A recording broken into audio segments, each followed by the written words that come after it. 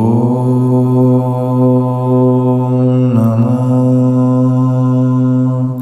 देवाय।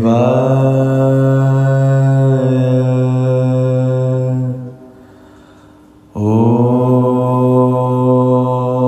नमो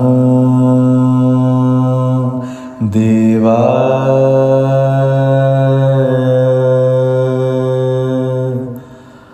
ॐ नमो देवाय।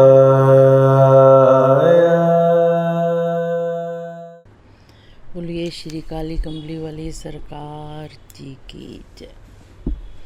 विवाह प्रभु जी ਦੀ ਅਵਸਥਾ ਹੁਣ 22-23 ਸਾਲ ਦੇ ਕਰੀਬ ਹੈ। ਇਸ ਸਮੇਂ ਪ੍ਰਭੂ ਜੀ ਜਿਸ ਤਰ੍ਹਾਂ ਮੱਲ ਕਿਰਿਆ 'ਚ ਨਿਪੁੰਨ ਹੈ, ਉਸ ਤਰ੍ਹਾਂ ਇੱਕ ਸੌਂਚੀ ਪੱਕੀ ਖੇਲ ਦੇ ਨਿਪੁੰਨ ਖਿਲਾੜੀ ਬਣ ਗਏ। ਉਸ ਸਮੇਂ ਇਹ ਖੇਲ ਪੰਚਨੰਦ ਪ੍ਰਾਂਤ 'ਚ ਪ੍ਰਚਲਿਤ ਸੀ। ਇਸ ਖੇਲ ਦੇ ਖਿਲਾੜੀ ਬਿਰਲੇ ਹੀ ਨਵਯੁਵਕ ਹੁੰਦੇ ਹੈ। ਇਹ ਖੇਲ ਇਸ ਤਰ੍ਹਾਂ ਹੈ ਕਿ ਪਿੱਛੇ ਭੱਜ ਕੇ ਦੌੜਨਾ ਹੁੰਦਾ ਔਰ ਦੌੜ ਕੇ ਦੂਸਰੇ ਖਿਲਾੜੀ ਨੂੰ ਪਕੜਨਾ ਹੈ। ਇਸ ਕਿਰਿਆ 'ਚ ਪ੍ਰਭੂ ਜੀ ਨੇ ਬਹੁਤ ਨੂੰ ਪਕੜ ਕੇ ਹਰਾਇਆ ਔਰ ਉਹਨਾਂ ਨੂੰ ਕਿਸੇ ਬਿਰਲੇ ਨੇ ਹੀ ਪਕੜਿਆ ਹੋਵੇਗਾ। ਮੱਲ ਯੁੱਧ ਔਰ ਸੌਂਚੀ ਪੱਕੀ ਕਿਰਿਆ ਕਰਦੇ ਸਮੇਂ ਪ੍ਰਭੂ ਜੀ ਦੇ ਹਿਰਦੇ 'ਚ ਹੁਣ ਹੌਲੀ ਹੌਲੀ ਵੈਰਾਗਿਆ ਦੇ ਸਤੋਤਰ ਦੀ ਜਾਗਰਤੀ ਹੋਣੇ ਲੱਗੀ ਔਰ ਵੈਰਾਗਿਆ ਦੀ ਭੂਮੀ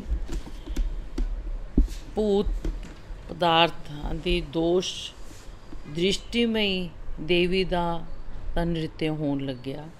ਐਸੀ ਅਵਸਥਾ 'ਚ ਪ੍ਰਭੂ ਜੀ ਦੇ ਹਿਰਦੇ 'ਚ ਵਿਆਹ ਕਾਰਜ ਲਈ ਉਤਸ਼ਾਹ ਦੀ ਸੁਭਾਵਨਾ ਕਿਸ ਤਰ੍ਹਾਂ ਹੋ ਸਕਦੀ ਹੈ। ਲੇਕਿਨ ਮਾਤਾ ਪਿਤਾ ਪ੍ਰਭੂ ਜੀ ਦੇ ਵਿਵਾਹ ਲਈ ਬੜੇ ਉਤਸੁਕ ਵੀ ਕਦ ਜੁਗਲ ਜੋੜੀ ਨੂੰ ਇਹਨਾਂ ਅੱਖਾਂ ਨਾਲ ਦੇਖਣਗੇ। ਹੁਣ ਪ੍ਰਭੂ ਜੀ ਦੀ ਜੀਵਨਮਈ ਨਦੀ ਤਾਂ ਪ੍ਰਤੀਕਸ਼ਣ ਵਿਲੱਖਣ ਰੂਪ ਨਾਲ ਪ੍ਰਭਾਵਿਤ ਹੋ ਉੱਠਦੀ ਹੈ। ਕਦੇ ਭੋਜਨ ਕੀਤਾ, ਕਦੇ ਅੱਧਾ ਖਾ ਕੇ ਚੱਲ ਕੇ, ਕਦੇ ਭੋਜਨ ਪਰੋਸੇ ਨੂੰ ਦੇਖ ਕੇ ਦੋਸਤ ਦ੍ਰਿਸ਼ਟੀ ਦੇ ਵੇਗ ਨਾਲ ਬਾਹਰ ਚਲੇ ਗਏ, ਕਿਸੇ ਸੰਤ ਦੇ ਸਮੀਪ ਚਲੇ ਗਏ, ਜੰਗਲ 'ਚ ਚਲ ਜਾਂਦੇ, ਕਿਸੇ ਬ੍ਰਿਕਸ਼ ਨੀਚੇ ਚੁੱਪਚਾਪ ਬੈਠ ਕੇ ਦੇਖਦੇ ਰਹਿੰਦੇ। ਇਸ ਤਰ੍ਹਾਂ ਪ੍ਰਤੇਕ ਪਦਾਰਥ ਦ੍ਰਿਸ਼ਟੀਪਤ ਆਉਂਦੇ ਹੀ ਪ੍ਰਭੂ ਜੀ ਦੇ ਹਿਰਦੇ 'ਚ ਛਲਮੇ ਸਵਰੂਪ ਦਾ ਚਿੱਤਰ ਖਿੱਚ ਜਾਂਦਾ ਜਾਂ ਉਨ ਦੋਸ਼ਾਂ ਨਾਲ ਚਿੱਤ ਭਰ ਜਾਂਦਾ। ਯਾਨੀ ਕਿ ਜਿਸ ਚੀਜ਼ ਨੂੰ ਵੀ ਦੇਖਦੇ ਉਸਦੇ ਜਦੋਂ ਉਹ ਅੰਤ ਤੱਕ ਜਾਂਦੇ ਤਾਂ ਉਹ ਉਹਨਾਂ ਨੂੰ ਛਲਮੇ ਸਵਰੂਪ ਦਿਖਦਾ। ਜਿਸ ਤਰ੍ਹਾਂ ਇਹ ਸਰੀਰ ਹੈ, ਸਰੀਰ ਜੜ ਹੈ, ਆਤਮਾ ਚੇਤਨ ਹੈ। ਇਹ ਜੜ ਸਰੀਰ ਕਿੱਥੇ ਤੱਕ ਜਾਂਦਾ ਹੈ, ਕੀ ਇਹਨੂੰ ਰੋਗ ਹੋ ਜਾਂਦੇ ਨੇ, ਤਾਂ ਇਸ ਤਰ੍ਹਾਂ ਦਾ ਇਹ ਛਲ ਦੇਖਦੇ। ਮਨ ਇੱਕਦਮ ਵਿਰਾਗ 'ਚ ਚਲੇ ਜਾਂਦਾ। ਇਸ ਅਵਸਰ 'ਤੇ ਪ੍ਰਭੂ ਜੀ ਦੀ ਖਾਣ ਪੀਣ ਸੋਣਾ ਇਹ ਵਿਲੱਖਣ ਰੂਪ ਨਾਲ ਅਨਿਯਤ ਹੋਣ ਲੱਗੇ। ਯਾਨੀ ਟਾਈਮ ਸਿਰ ਕੋਈ ਨਹੀਂ ਹੁੰਦਾ ਸੀ, ਮਨ ਸਦਾ ਵਿਰਾਗ 'ਚ ਰਹਿੰਦਾ। ਖਾਣ ਪਾਨ ਤਥਾ ਹੋਰ ਰਮਣੀय ਵਿਸ਼ੇ ਨੂੰ ਦੇਖ ਕੇ ਪ੍ਰਭੂ ਜੀ ਦੀ ਵੈਰਾਗਿਅਤਾ ਪ੍ਰਤੀਦਿਨ ਜ਼ਿਆਦਾ ਵੱਧਣ ਲੱਗੀ। ਸੌਣ ਦੀ ਜਗ੍ਹਾ ਨੂੰ ਤਿਆਗ ਕੇ 3 ਫੁੱਟ ਦੇ ਕਰੀਬ ਔਰ 1.5 ਫੁੱਟ ਦੇ ਕਰੀਬ ਚੌੜੀ ਲੱਕੜੀ ਦੇ ਫੱਟੀ 'ਤੇ ਬੈਠਣਾ ਪ੍ਰਭੂ ਜੀ ਨੇ ਸ਼ੁਰੂ ਕਰਤਾ। ਬਹੁਤ ਕਾਲ ਆਪਣੀ ਖਟੀਆਂ ਨੂੰ ਤਿਆਗ ਕੇ ਚਟਾਈ 'ਤੇ ਹੀ ਵਿਸ਼ਰਾਮ ਸ਼ੁਰੂ ਕਰਤਾ। ਵੈਰਾਗਿਆ ਪੂਰਨ ਹਿਰਦੇ ਦੀ ਦਿਨਚਰਿਆ ਸਦਾ ਵਿਸ਼ੇ ਸੇਵਿਆਂ ਤੋਂ ਵਿਲੱਖਣ ਹੀ ਹੁੰਦੀ ਹੈ। ਯਾਨੀ ਕਿ ਜਿਹੜਾ ਵੈਰਾਗਿਆ ਕੋਈ ਉਹ 1 ਮਿੰਟ ਦਾ ਨਹੀਂ, ਕੋਈ 1 ਘੰਟੇ ਦਾ ਨਹੀਂ, 1 ਦਿਨ ਦਾ ਨਹੀਂ, 24 ਘੰਟੇ ਹਮੇਸ਼ਾ ਹਰ ਇੱਕ ਚੀਜ਼ ਨੂੰ ਵੈਰਾਗਿਆ ਦੀ ਦ੍ਰਿਸ਼ਟੀ ਨਾਲ ਹੀ ਦੇਖਣਾ ਹੁੰਦਾ ਹੈ। ਤਾਂ ਸਰਕਾਰ ਨੇ ਇਸ ਤਰ੍ਹਾਂ ਵੈਰਾਗਿਆ ਦਿਨਚਰਿਆ ਦੇ ਨਾਲ ਹੀ ਆਪਣੇ ਹਿਰਦੇ ਨਾਲ ਜੋੜਤਾ। ਉੱਧਰ ਸ਼੍ਰੀ ਮਹਾਰਾਜ ਸਾਹਿਬ ਜੀ ਦੀ ਸਗਾਈ ਕਰਨ ਲਈ ਨਗਰ ਲੋਪੋ ਬਲਾਲਾ ਪ੍ਰਾਂਤ ਰੋਪੜ ਤੋਂ ਆਏ। ਆ ਕੇ ਉਹ ਸੁੰਦਰਨਾਥ ਜੀ ਨੂੰ ਮਿਲੇ, ਕਿਹਾ ਆਪ ਜੀ ਦੇ ਪੁੱਤਰ ਦੇਵਨਾਥ ਜੀ ਨੂੰ ਦੇਖਣਾ, ਸਾਨੇ ਉਹਨਾਂ ਦੇ ਨਾਲ ਆਪਣੀ ਕੰਨਿਆ ਦਾ ਵਿਆਹ ਕਰਨਾ। ਸੁੰਦਰਨਾਥ ਜੀ ਤਾਂ ਪਹਿਲਾਂ ਹੀ ਇਸ ਗੱਲ ਵਾਸਤੇ ਕੋਸ਼ਿਸ਼ ਕਰ ਰਹੇ ਸੀ। ਬੜੇ ਸੁਭਾਗਿਆ ਨਾਲ ਮੌਕਾ ਮਿਲਿਆ। ਉਹਨਾਂ ਨੇ ਸ਼੍ਰੀ ਮਹਾਰਾਜ ਸਾਹਿਬ ਜੀ ਨੂੰ ਉਹਨਾਂ ਦੇ ਸਾਹਮਣੇ ਬਿਠਾਤਾ। ਮਹਾਰਾਜ ਸਾਹਿਬ ਜੀ ਨੂੰ ਦੇਖਦੇ ਉਹਨਾਂ ਦਾ ਆਪਣੀ ਕੰਨਿਆ ਦੇਣ ਦਾ ਸੰਕਲਪ ਪੂਰਨ ਰੂਪ ਨਾਲ ਪੂਰਾ ਹੋਇਆ। ਉਹ ਸ਼੍ਰੀ ਸੁੰਦਰਨਾਥ ਜੀ ਨੂੰ ਕਹਿਣ ਲੱਗੇ ਕਿ ਵਰ ਸਾਡੀ ਕੰਨਿਆ ਦੇ ਯੋਗ ਹੈ, ਸਾਡੀ ਬੇਟੀ ਵੀ ਬੜੀ ਭਗਤੀ ਪਾਠ ਕਰਨ ਵਾਲੀ ਹੈ, ਉਹ ਵੀ ਪਾਰ ਬ੍ਰਹਮ ਪਰਮੇਸ਼ਰ ਦਾ ਭਜਨ ਕਰਦੀ ਹੈ, ਉਸ ਦੇ ਲਈ ਐਸਾ ਹੀ ਪਤੀ ਚਾਹੀਦਾ ਹੈ। ਉसी दिन सगाई करके ब्याह ਲਈ ਵਿਸਾਖੀ ਦੀ ਤਰੀਕ ਨਿਸ਼ਚਿਤ ਕਰਤੀ। ਮਾਤਾ ਪਿਤਾ ਬਹੁਤ ਪ੍ਰਸੰਨ, ਲੇਕਿਨ ਮਹਾਰਾਜ ਸਾਹਿਬ ਜੀ ਨੇ ਕਿਹਾ ਤੁਸੀਂ ਸਾਰੇ ਜਾਣਗੇ ਔਰ ਸਭ ਕੁਝ ਸੁਣਦੇ ਹੋ, ਫਿਰ ਵੀ ਤੁਸੀਂ ਮੇਰੇ ਤੋਂ ਪੁੱਛਿਆ ਤੱਕ ਨਹੀਂ ਵਿਆਹ ਨਿਸ਼ਚਿਤ ਕਰਤਾ। ਤੁਹਾਨੂੰ ਇਸ ਗੱਲ ਦਾ ਪਤਾ ਨਹੀਂ ਹੈ ਕਿ ਅਸੀਂ ਤੁਹਾਡੇ ਪਾਸ ਸਿਰਫ 1-2 ਸਾਲ ਹੋਰ ਰਹਿਣਾ ਹੈ, ਫਿਰ ਉਹ ਦੇਵੀ ਤੁਹਾਨੂੰ ਸੰਭਾਲਣੀ ਪਏਗੀ। ਇਹ ਸੁਣ ਕੇ ਮਾਤਾ ਪਿਤਾ ਦੇ ਆਂਸੂ ਆਉਣ ਲੱਗ ਗਏ। ਉਹਨਾਂ ਨੇ ਕਿਹਾ ਕਿ ਜਦ ਬੁੱਧ ਅਵਤਾਰ ਗਏ ਹੋਏ ਉਹਨਾਂ ਦਾ ਵੀ ਵਿਵਾਹ ਹੋਇਆ, ਰਾਮਚੰਦਰ ਜੀ ਦਾ ਵਿਵਾਹ ਹੋਇਆ, ਉਹਨਾਂ ਦੇ ਪੁੱਤਰ ਹੋਏ ਔਰ ਸ਼੍ਰੀ ਕ੍ਰਿਸ਼ਨ ਜੀ ਦੇ 16,108 ਰਾਣੀਆਂ।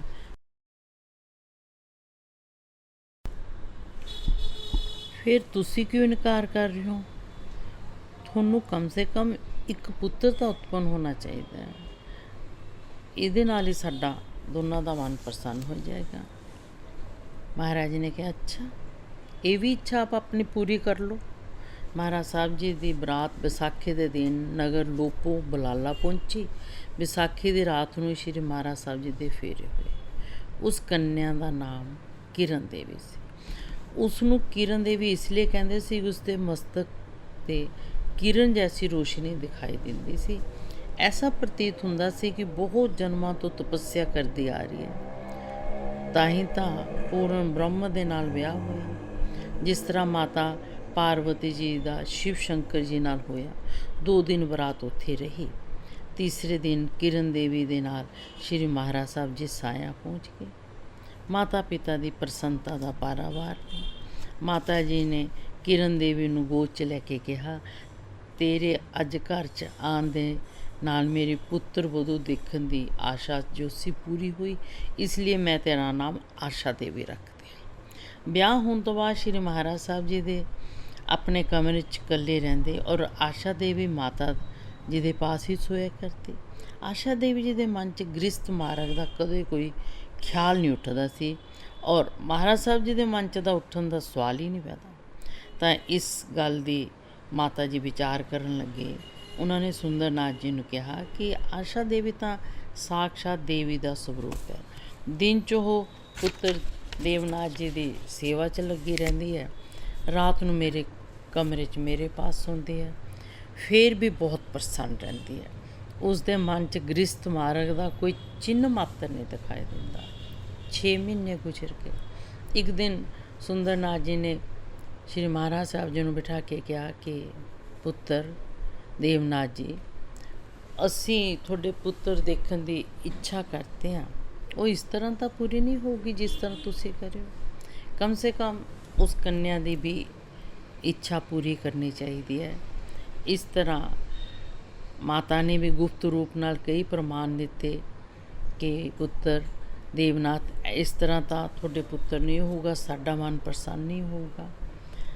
ਤਾਂ ਸ਼੍ਰੀ ਮਹਾਰਾਜ ਸਾਹਿਬ ਜੀ ਨੇ ਆਸ਼ਾ ਦੇਵੀ ਜੀ ਨੂੰ ਇਕਾਂਤ 'ਚ ਬਿਠਾ ਕੇ ਕਿਹਾ ਕਿ ਆਸ਼ਾ ਦੇਵੀ, ਕੀ ਤੁਹਾਡੇ ਮਨ 'ਚ ਪੁੱਤਰ ਦੀ ਇੱਛਾ ਹੈ? ਦੇਵੀਆਂ ਨੂੰ ਹਮੇਸ਼ਾ ਪੁੱਤਰ ਦੀ ਇੱਛਾ ਬਣੀ ਰਹਿੰਦੀ ਹੈ, ਲੇਕਿਨ ਆਸ਼ਾ ਦੇਵੀ ਜੀ ਨੇ ਕੋਈ ਵੀ ਜਵਾਬ ਨਹੀਂ ਦਿੱਤਾ, ਬਿਲਕੁਲ ਚੁੱਪਚਾਪ ਸ਼ਾਂਤ ਬੈਠੇ ਰਹੇ। ਮਹਾਰਾਜ ਸਾਹਿਬ ਜੀ ਉਹਨਾਂ ਦੇ ਅੰਦਰ ਦੀ ਗੱਲ ਜਾਣ ਗਏ। ਉਹਨਾਂ ਨੇ ਕਿਹਾ ਕਿ ਅੱਛਾ, ਇਸ ਤਰ੍ਹਾਂ ਹੀ ਹੋ ਜਾਏਗਾ। ਉਸ ਦਿਨ ਤੋਂ ਆਸ਼ਾ ਦੇਵੀ ਜੀ ਦੇ ਪੁੱਤਰ ਹੋਣ ਦੀ ਸੰਭਾਵਨਾ ਬਣੀ। ਵਿਆਹ ਤੋਂ ਅਗਲੇ ਵਰਸ਼ ਆਸ਼ਾ ਦੇਵੀ ਜੀ ਦੇ ਪੁੱਤਰ ਹੋਇਆ, ਜਿਸ ਦਾ ਨਾਮ ਸ਼੍ਰੀ ਸੰਤ ਰਾਮ ਜੀ ਰੱਖਾ ਗਿਆ। बोलिए श्री काली कंबली वाली सरकार की। जीवन में वैराग्य का स्तोत्र। उस तो बाद श्री महाराज साहब जी ने वही धारणा कायम कर ली जो पहला से। आशा देवी माता पिता दे नाल निर्मोहता करन लगे। गल गल च महाराज साहब जी अपनी निर्मोहता का स्वरूप दिखाने लगे। माता पिता समझते कि हुण साडा पुत्तर ਗ੍ਰਸਥ ਆਸ਼ਰਮੀ ਹੋ ਗਿਆ, ਕਿੰਤੂ ਪ੍ਰਭੂ ਜੀ ਦੇ ਸ਼ਾਂਤ ਹਿਰਦੇ 'ਚ ਤਾਂ ਵਿਲક્ષਣ ਵਿਵੇਕ ਔਰ ਵਿਰਾਗਿਆਮਈ ਗੰਗਾ ਦਾ ਪ੍ਰਭਾਵ ਪੈਣ ਲੱਗਿਆ। ਪ੍ਰਭੂ ਜੀ ਦਾ ਵਿਰਾਗਿਆ ਧੀਰੇ ਧੀਰੇ ਬਹੁਤ बढ़ ਗਿਆ ਤੇ ਉਦਾਸੀਨ ਰਹਿਣ ਲੱਗੇ। ਇਸ ਅਵਸਥਾ ਨੂੰ ਦੇਖ ਕੇ ਮਾਤਾ ਪਿਤਾ ਭਾਈ ਬੰਧੂ ਚਰਚਾ ਕਰਨ ਲੱਗੇ ਔਰ ਸੋਚਣ ਲੱਗੇ ਇਸ ਤਰ੍ਹਾਂ ਦੀ ਅਵਸਥਾ ਦਾ ਕੀ ਕਾਰਨ ਹੈ, ਕਿਆ ਕੋਈ ਰੋਗ ਹੈ। ਪਹਿਲਾਂ ਤਾਂ ਰੋਗ ਸਮਝ ਗਏ, ਉਸ ਦੇ ਨਿਵਾਰਕ ਉਪਚਾਰ ਕਰਨ ਲੱਗੇ। ਉਹਨਾਂ ਦੇ ਇਸ ਰੋਗ ਦੀ ਨਿਰਵਿਰਤੀ ਤਾਂ ਹੁੰਦੀ ਅਗਰ ਕੋਈ ਸੰਸਾਰਿਕ ਡਾਕਟਰ ਨੂੰ ਸਮਝ ਆਉਂਦਾ ਔਰ ਉਸ ਦੀ ਦਵਾਈ ਬੂਟੀ ਉਹਨਾਂ ਪਾਸ ਹੁੰਦੀ।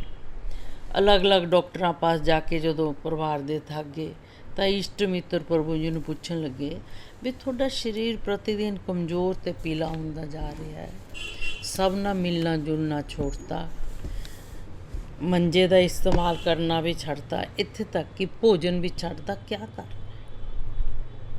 ਮਹਾਰਾਜ ਸਾਹਿਬ ਜੀ ਨੇ ਉਹਨਾਂ ਦਾ ਪ੍ਰਸ਼ਨ ਸੁਣਿਆ ਔਰ ਕਿਹਾ, ਮੇਰੇ ਪਿਆਰਿਓ, ਤੁਹਾਡਾ ਕਹਿਣਾ ਬਹੁਤ ਪ੍ਰਿय ਹੈ, ਲੇਕਿਨ ਇਸ ਪ੍ਰਾਣੀ ਨੂੰ ਇਸ ਅਨਾਤ ਪਦਾਰਥਾਂ ਦੀ ਔਰ ਦੇਖਣ 'ਚ ਪਰਿਵਰਤਨ ਹੋ ਗਿਆ। ਜਿਸ ਤਰ੍ਹਾਂ ਦੇਖਦਾ ਤਾਂ ਸਾਰੀ ਵਸਤੂ ਕਾਲ ਦੀ ਗਾਲ 'ਚ ਪ੍ਰਵੇਸ਼ ਕਰਦੀ ਦਿਖਾਈ ਦਿੰਦੀ ਹੈ, ਅਰਥਾਤ ਝੂਠੀ ਵਸਤੂ ਦੀ ਇੱਛਾ ਕੁੱਤੇ ਹੀ ਕਰਦੇ हैं, ਪਵਿੱਤਰ ਆਤਮਾ ਨਹੀਂ ਕਰਦੀ। ਇਸ ਤਰ੍ਹਾਂ ਸਰਕਾਰ ਨੇ ਫਰਮਾਇਆ ਕਿ ਸਾਰੇ ਸੰਸਾਰ ਦੇ ਪਦਾਰਥ ਭੈ ਨਾਲ ਭਰੇ ਹੋਏ ਹੈ, ਸਿਰਫ ਇੱਕ ਵੈਰਾਗਿਆ ਹੀ ਹੈ ਜੋ ਭੈ ਤੋਂ ਰਹਿਤ ਹੈ। ਵੈਰਾਗਿਆ 'ਚ ਕਿਸੇ ਦਾ ਵੀ ਭੈ ਨਹੀਂ, ਜਿਸ ਤਰ੍ਹਾਂ ਯੋਗ 'ਚ ਰੋਗ ਦਾ ਭੈ ਨਹੀਂ ਹੈ। ਇਸ ਤਰ੍ਹਾਂ ਆਪਣੇ ਸਰਕਾਰ ਨੇ ਦੋਸਤਾਂ ਨੂੰ ਸਮਝਾਇਆ। ਇਹ ਸਾਰਾ ਕੁਝ ਉਹ ਸੰਸਾਰਿਕ ਜੀਵਾਂ ਨੂੰ ਦਿਖਾ ਰਹੇ ਸੀ ਕਿ ਮਨ ਦੀ ਅਵਸਥਾ ਇਸ ਤਰ੍ਹਾਂ ਹੋਣ ਲੱਗ ਜਾਂਦੀ ਹੈ ਜਦੋਂ ਵੈਰਾਗਿਆ ਆਉਣਾ ਸ਼ੁਰੂ ਹੁੰਦਾ ਹੈ। ਵੈਰਾਗਿਆ ਕੋਈ ਪੀਲੇ ਕੱਪੜੇ ਕਾਲੇ ਕੱਪੜੇ ਪਾਉਣ ਦੇ ਨਾਲ ਨਹੀਂ ਹੈ।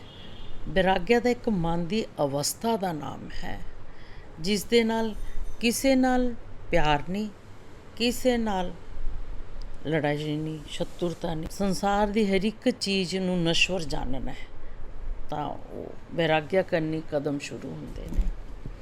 ਗੁਰੂਦੇਵ ਦੀ ਤਲਾਸ਼ 'ਚ ਘਰ ਤੋਂ ਜਾਣਾ। ਇੱਕ ਦਿਨ ਸ਼੍ਰੀ ਮਹਾਰਾਜ ਸਾਹਿਬ ਜੀ ਨੇ ਆਪਣੇ ਮਾਤਾ ਪਿਤਾ ਜੀ ਨੂੰ ਕਿਹਾ ਕਿ ਹੁਣ ਤੁਹਾਡੀਆਂ ਸਾਰੀਆਂ ਇੱਛਾ ਪੂਰੀ ਹੋ ਚੁੱਕੀਆਂ ਨਾ, ਬੇਟਾ ਵੀ ਹੋ ਗਿਆ, ਸ਼ਾਦੀ ਵੀ ਹੋ ਗਈ, ਹੁਣ ਮੈਨੇ ਗੁਰੂ ਦੀ ਤਲਾਸ਼ ਕਰਨੀ ਹੈ, ਜੋ ਮਨੁੱਖ ਚੋਲੇ ਦਾ ਧਰਮ ਔਰ ਪਰੰਪਰਾ ਹੈ, ਜੋ ਕਿ ਸਨਾਤਨ ਧਰਮ ਵੇਦਾਂ ਦੀ ਰੀਤੀ 'ਚ ਵਰਣਨ ਕੀਤਾ ਗਿਆ। ਸੁੰਦਰ ਨਾਥ ਜੀ ਨੇ ਬੜੇ ਪਿਆਰ ਨਾਲ ਪੁੱਛਿਆ ਕਿ ਗੁਰੂ ਦੀ ਤਲਾਸ਼ ਕਿੱਥੇ ਕਰਨ ਜਾਓਗੇ, ਕਿੰਨੀ ਦੂਰ ਤੁਹਾਨੂੰ ਗੁਰੂ ਮਿਲੇਗਾ। ਇਸ ਗੱਲ ਦੀ ਸਾਨੂੰ ਚਿੰਤਾ ਹੈ ਬੇਟਾ, ਤੂੰ ਕਿਤੇ ਸਾਨੂੰ ਛੱਡ ਕੇ ਤਾਂ ਨਹੀਂ ਚਲੇਗਾ। ਗੁਰੂ ਤਾਂ ਆਸ-ਪਾਸ ਵੀ ਬਹੁਤ ਹੈ, ਕਿਸੇ ਨੂੰ ਵੀ ਤੂੰ ਗੁਰੂ ਧਾਰਨ ਕਰ ਸਕਦੇ ਹੋ। ਮਹਾਰਾਜ ਸਾਹਿਬ ਜੀ ਨੇ ਪਿਆਰ ਨਾਲ ਉੱਤਰ ਦਿੱਤਾ, ਗੁਰੂ ਤਾਂ ਮਿਲਣਾ ਬਹੁਤ ਮੁਸ਼ਕਿਲ ਹੈ ਪਿਤਾ ਜੀ। ਐਸੇ ਗੁਰੂ ਤਾਂ ਬਹੁਤ ਮਿਲਦੇ हैं ਜਿਨ੍ਹਾਂ ਨੂੰ ਮਿਲ ਕੇ ਇਸੀ ਜਗਤ 'ਚ ਠੋਕਰਾਂ ਖਾਣੀ ਪੈਂਦੀਆਂ, ਬਾਰ-ਬਾਰ ਜਨਮ ਮਰਨ ਸੰਬੰਧ ਪੈਂਦੇ ਆ। ਉਹ ਗੁਰੂ ਵੀ ਇਸੀ ਜਗਤ 'ਚ ਠੋਕਰਾਂ ਖਾਂਦੇ ਨੇ। ਮੈਨੇ ਤਾਂ ਪਾਰ ਬ੍ਰਹਮ ਨੂੰ ਪ੍ਰਾਪਤ ਕਰਨਾ ਹੈ। ਪਾਰ ਬ੍ਰਹਮ 'ਚ ਜਿਨ੍ਹਾਂ ਦੀ ਨਿਸ਼ਠਾ ਧਿਆਨ ਹੈ, ਐਸਾ ਗੁਰੂ ਲੱਭਣਾ ਹੈ ਜਿਸ ਨੂੰ ਜਗਤ ਦਾ ਲੇਸ਼ ਮਾਤਰ ਮਨ 'ਚ ਨਹੀਂ ਹੈ, ਜੋ ਅਵੇਦ ਬ੍ਰਿਤੀ ਦੇ ਨਾਲ ਪਾਰ ਬ੍ਰਹਮ ਪਰਮੇਸ਼ਰ ਦਾ ਭਜਨ ਕਰਦੇ ਹਨ, ਜਿਨ੍ਹਾਂ ਨੇ ਆਪਣਾ ਇੱਕ ਇੱਕ ਸਵਾਸ ਬ੍ਰਹਮ ਉਪਾਸਨਾ 'ਚ ਪ੍ਰਚਲਿਤ ਕੀਤਾ ਹੈ ਔਰ ਉਹਨਾਂ ਦੀ ਤਲਾਸ਼ ਕਰਨੀ ਹੈ।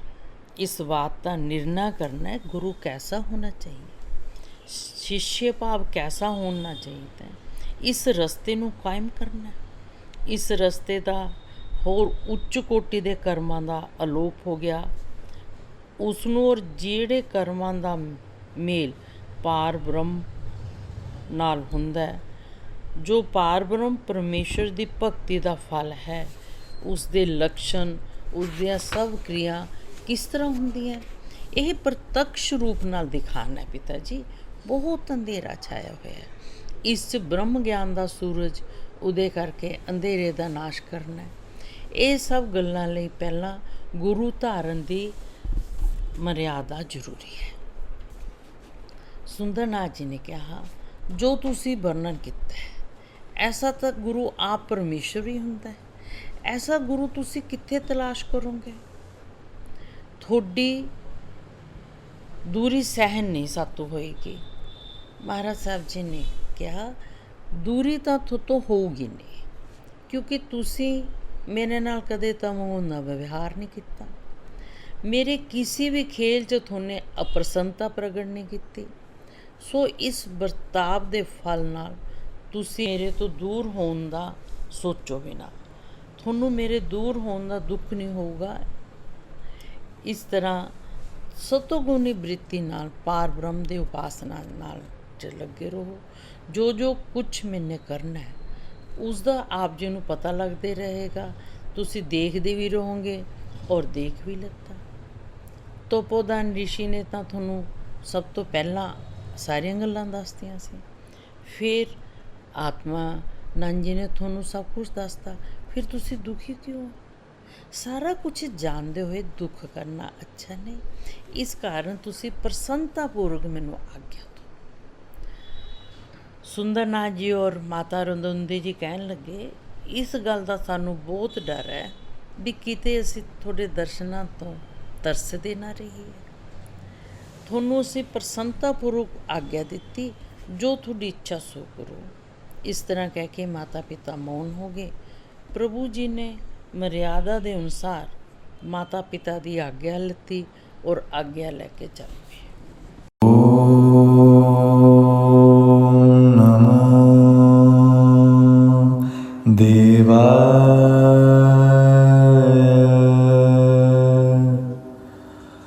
ਓਮ ਨਮੋ ਦੇਵਾయ।